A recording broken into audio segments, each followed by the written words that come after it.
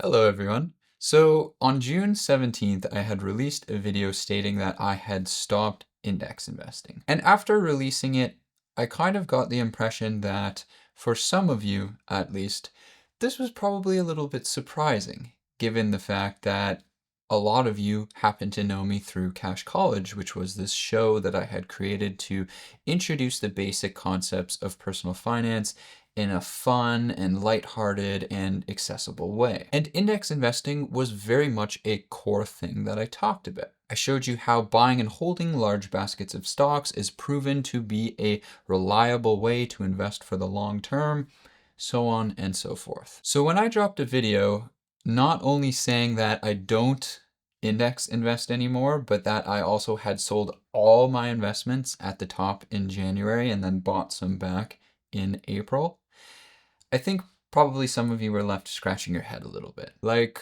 huh, that sounds a little bit different than what Steve used to talk about. And then when I went on to say that I think markets are largely structured as Ponzi schemes and that fundamentals don't matter and a monetary reset is inevitable, I'm sure a number of you were like, wait, what? Steve, I'm scared. So yes, I'm sure it felt like quite a departure from Cash College, where, it was a place where we could all hold hands and frolic through the green hills together. I saw one of you guys even wrote that it seems like I'm on my villain arc now. On the other hand, I also saw that there were a number of you who do know exactly what I was talking about and were really excited and happy to see me share my perspective on this. You even acknowledged that sharing this type of perspective might be confusing or even a little bit aggravating for people who are not yet on this wavelength. So today, I thought it might be a good idea to try and see if we could all build this bridge together. And I'd like to ask you to maybe forgive me a little bit for getting a bit ahead of myself on some stuff. Since I've been away for a while, and since the format of YouTube is really frustrating to me. Like there's very much a one-way nature to it. We can't have a back and forth conversation very easily. I need to come up with a bunch of stuff, say it to this inanimate object in a room by myself, and then only then do I get to see how it lands on you, how you react to it. Whereas if we were just actually speaking, I would say a sentence or two, then I would get to see, your response to it, and then we could figure out how best to navigate this conversation together, right?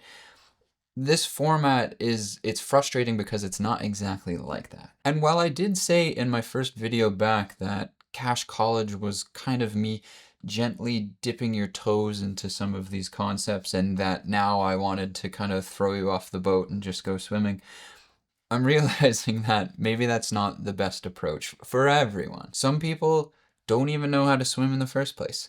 Some people are really scared of sharks. And yeah, of course, some people are on the swim team. But I think we probably need to build a little bit more of a bridge between, yay, index funds, to everything's a Ponzi scheme, imminent monetary reset incoming. It's time for the sovereign stack. I think I would like for as many people to be able to cross this bridge as possible, because this is not a villain arc, although that does sound kind of fun, as I responded to that particular comment. Riku was definitely one of my favorite characters in Kingdom Hearts when I was younger. He's a pretty cool guy. And I haven't grown cynical. It's still me, guys. It's still me. But I think the world is rapidly changing. It always is, of course. But there's several things that are coming to a head now that I myself have been rather late to realize, to be honest. But better late than never. And I would imagine maybe you feel this a little bit too. Maybe you feel as though something has changed or something is in the process of changing in the world. Even if you can't understand it or if you don't have any statistics to point to or anything like that, you may feel as though it almost seems like we're accelerating towards something. And I personally think we very much are. And so I think that means we must adapt ourselves alongside it, even if it might mean leaving the comfort of our old homes. You know, the Shire, it's a peaceful place, but even it is not immune to the War of the Ring. You can't just stay there. But maybe instead, we can be like the Fellowship. We can do things not because they're easy, but because they're hard. As Sam says, he says, Mr. Frodo, there is good in this world, and it is worth fighting for. So today, let's take another stab, see if we can do a better job building this bridge. And what would be really helpful for me is if you could comment if there is something that you're not quite following, there's something you're not quite understanding, something you have more questions around. That would be great. And if you happen to be reading the comments and you come across one and you feel like you can chime in and help somebody out, I would really, really love it if you could do that. I saw some of you actually do that for the video that I'm talking about, and it was awesome. I was so pumped to see that. This is what makes this whole thing a lot more like an actual community, as opposed to me sitting in a room by myself talking to an inanimate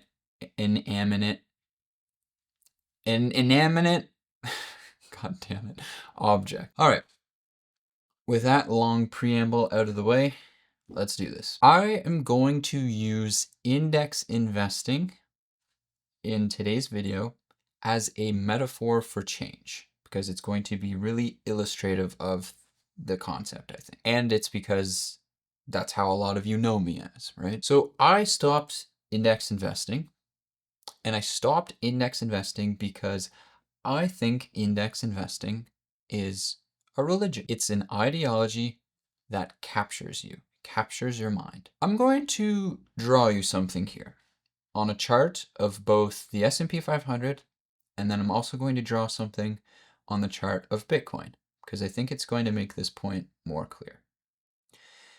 So this is just a naked, plain chart of the S&P 500, right? There's nothing on it. It's just the candles of the chart. Now, if I asked you, looking at this, what do you see here? Do you see any patterns in particular? Do you see anything that might make it look more likely that the market's going to go up or down from the point which it's at right now? Do you see where the next bottom or the top is likely to be? The answer is, I'm guessing, is probably no, right? I mean, when I look at that, I would say no, I have no idea. It's not clear at all. Looks completely random. Now just give me a moment, and I'm going to add 2 lines to this chart. Okay. So all I've done is I've just simply created 2 lines that run in parallel to one another.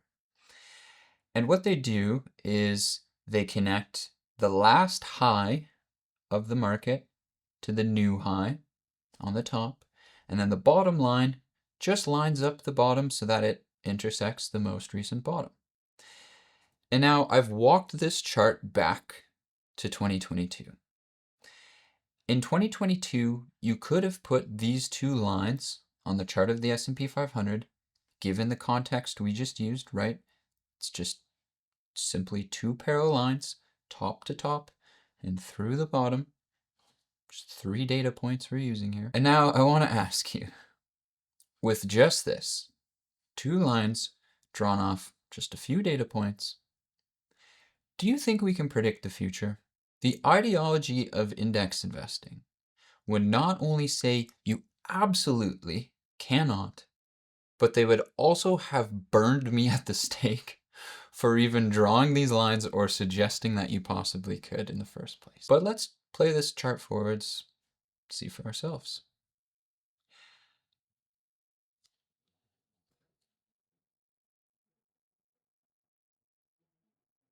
Well, I'll be damned. Would you look at that? The next top was right under the line. The next bottom was right on the line. Now, I've had this channel drawn on the chart since late 2023 when I first realized it was there. And it was a big part of the reason why I started selling as soon as we approached the top line, and sold everything in January. This is also part of the reason why I bought some back in April. Even I couldn't believe that it would be that easy, and so I kind of second guessed when it first bounced off the line, and I didn't actually start buying until a bit later when the tariff pivot announcement happened literally 2 days after it hit the line. I mean, you can't make that stuff up. This is the kind of stuff that makes people believe in the simulation theory, but even I was like, it can't be that straightforward, that simple. It would be ridiculous. And it was. Now maybe this is just a fluke. Maybe it's just a fluke. It isn't. I mean, it's a pretty big fluke on the pretty big market, but maybe it's just a fluke. So let's look at one more chart. Let's look at the chart of Bitcoin. So I've also walked this chart back to the top of the last bull market, the end of 2021. Now looking at this, any ideas where the bottom of the bear market was going to be? Any idea where the top of the bull market might want to go? Remember, a devout indexer would never even look at this asset class in the first place. There's nothing more vile in the world to them than dirty, dirty cryptocurrencies. But let's get our crayons out here. Let's put up 2 more lines. Let's connect the top to the top, and let's run through our lows on the bottom. Now that we have that there, let's play the chart forward to today and see what we see.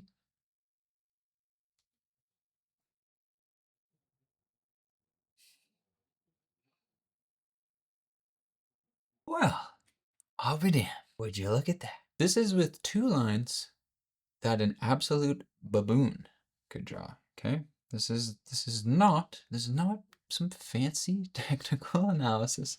This is like kindergartens at playtime, right? And yet with it, you could buy the bottom and sell the top of both the S&P 500 and Bitcoin with crazy precision. Now, before we go any further, have to do this, unfortunately. I wish I didn't have to, but I have to. I want to be crystal clear. This is not advice to do this. I am not telling you to, I'm going to put these lines on my chart and just expect the future to keep perfectly playing out like this. Please do not do that. I can almost assure you this is now going to stop working as I've spoken it into existence. The real point of me showing you this is it's just one small example of a much, much larger concept. And that concept is there is more to everything, not just markets, than initially meets the eye. And oftentimes there is a very simple underlying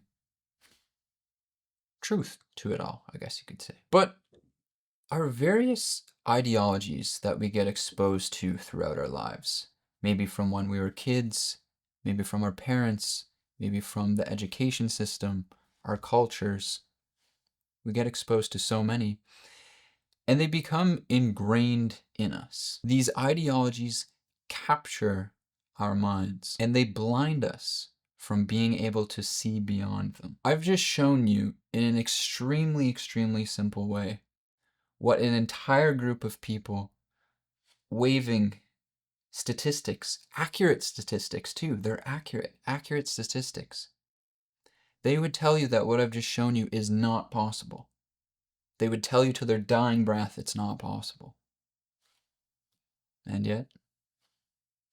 And that's because so many of these ideologies that we get exposed to, that become ingrained in us, they end up becoming very much like religions to us, to the point where we worship them, we follow them, even if it's not obvious to us that that's what's happening. And when we look at index investing, for example, we can see that it has all the hallmarks of an actual religion, right? It has a doctrine and it has commandments, such as thou must only buy and hold and never sell. Thou must never time thy market, for it is not possible. Thou shalt never beat thy market. It also has a canon of religious texts, like the Little Book of Common Sense Investing, Random Walk Down Wall Street, The Millionaire Teacher, and The Simple Path to Wealth.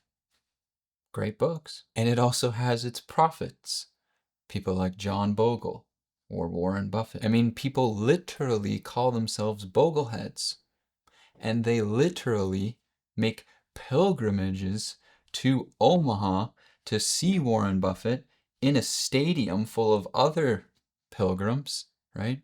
As if you were the Pope, basically. And so this church of index investors are very zealous to the degree that they attack other beliefs and wage holy wars online to spread their gospel. Now, I'm dramatizing it a little bit for fun, but it is really like that. But I want to be very clear about something. The approach of indexing, of course, has a ton of value. These books and these people are trying to do the right thing. The data that is used to support investing in this way is accurate. And by following this ideology, people tend to do just fine. There's a reason it has become a religion. So then it's probably not clear, well, what's the problem with it then? The problem, I think, is when it turns into a religion so much so that it blinds you from being incapable of seeing beyond it. It causes you to refuse to consider other possibilities, to consider other paths less traveled, and just to outright reject what seems like the scary unknown. It also causes you to feel very smart, right? Causes you to feel very safe, secure, intelligent, that I'm doing the right thing. I belong as part of this group of people, and we've all got this figured out, and all these other people are stupid and they're wrong. But you're allowing someone or something else to install the software that is running inside of your mind. I can say these things because I'm a what do you call it? I'm a heretic of the church. I left the church, right? I can say these things because it all happened to me. It all applied to me. It was my perspective, even though I was unconscious of it. And in this way, indexing is very much like a metaphor for many, many other things in life. The moral of the story is this: let's open up our beliefs to be allowed to be challenged. Let's reconsider what we take for granted to be true. Let's not get boxed into identifying with this or that ideology. Instead, let's be the ones who write the scripts that run inside of our minds. And so, yeah, this video might have been framed around investing just because that's what a lot of you know me through. But it's not just about that. It's about everything. Because we are observing right now in society a drastic divergence between people who are flexible and in control of their minds and those who are not. Many things are coming to a head in this century, in my lifetime. A post-human labor economy, the intelligence revolution, currency devaluation, proxy wars threatening to turn into global kinetic wars, awareness of non-human intelligence and UAPs. It's a lot. It's overwhelming. I know it's much more comfortable to just close our eyes and imagine we were living in the time that our grandparents grew up in, economically speaking at least. I wish that. I would imagine we all wish that, right? I wish we could just get a standard job, easily afford a home, easily start a family. I wish that we could broadly and strongly trust our institutions and have real human connections in our communities. That's the type of world where index investing leads to a really great life. That's the type of world you can have a human and healthy relationship with work. It's the type of world you can feel dignified and free in. The social contract of society existed and it was strong, but it is not the world that we live in today. The world has changed and is changing. And yes, it's always changing. But this change, the big one, the big cyclical one that only comes around every so often, is happening now. And while it may be challenging, may be uncomfortable, may be scary, I believe we must allow ourselves to change alongside it. Because the change doesn't have to be for the worse. It can be for the better. Not just for ourselves, but broadly speaking, hopefully, ideally, we must hope for the world at large. But it won't be by itself. I really believe that it's so important that it has our participation to actually push it in that direction. So, piece by piece, little by little, let's see if we can challenge a lot of what we take for granted to be true. And maybe, just maybe, not only can we survive this transition to a new world, but perhaps even thrive and make it a better one. There's obviously a lot more to say about this, and I look forward to continuing to unpack it together. We'll talk again soon.